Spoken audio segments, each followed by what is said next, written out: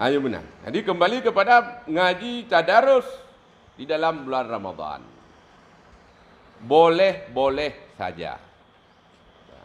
Kita tidak mutlak mengatakan tidak boleh dan tidak mutlak mengatakan tidak boleh. Boleh-boleh saja dengan catatan. Ada catatan kakinya. Boleh-boleh saja ada catatannya. Jadi tidak mutlak kita katakan boleh dan tidak mutlak kita katakan haram. Boleh yang pertama harus benar bacaannya. Bacaannya harus benar. Dan yang kedua jangan larut malam. Habis salat tarawih sampai jam 12 malam silakan. Mau buka mic habis yang ditulis oleh Jepang silakan. 20 pet dipegang oleh Jepang, 80 silakan buka kalau ada. Di bawah jam 12. Tapi menyukai lewat jam 12 jangan lagi pakai mikrofon luar. Mik luar jangan lagi. Di dalam saja. Ganggu lingkungan, kenyamanan orang istirahat. Di kampung ada orang yang sakit, ada orang yang besok paginya mau cepat bangun kerja keras. Dengan tengok berat imlasah terganggu, tidak sempat tidur. Bukan terganggu dengan ngajinya. Jangan nanti ada juga orang yang komplain, oh munafik, baca Al-Quran terganggu. Bukan terganggu dengan baca Al-Quran. Suara mic-nya yang keras yang terganggu. Ada orang yang pegang lagi kan. Di Palestina hanai tambut. Pak katanya ya Aceh kaki tambut. Abu Mudi kaki tambut. Imlasah kan beut yang hitam.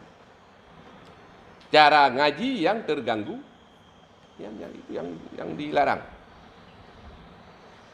Nah, tidak boleh terganggu dalam beribadah. Jangankan terganggu orang yang lagi ibadah, terganggu orang yang tidur saja tidak boleh.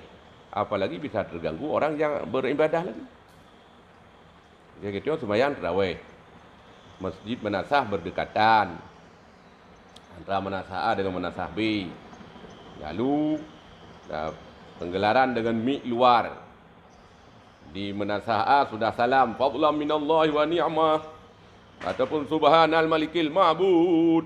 Manasah B sedang ihdinas siratal mustaqim. Mau baca apa nanti imam di Manasah B? Belum iya kana budu kawalad dallin. larinya ke walad dallin. Karena terganggu bising dengan mi orang lain. Lanjutnya. Apalagi dalam salat jamaah tarawih.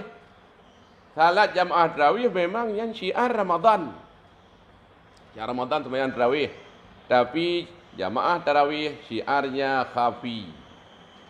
Syiarnya khafi tidak baik, tidak bagus.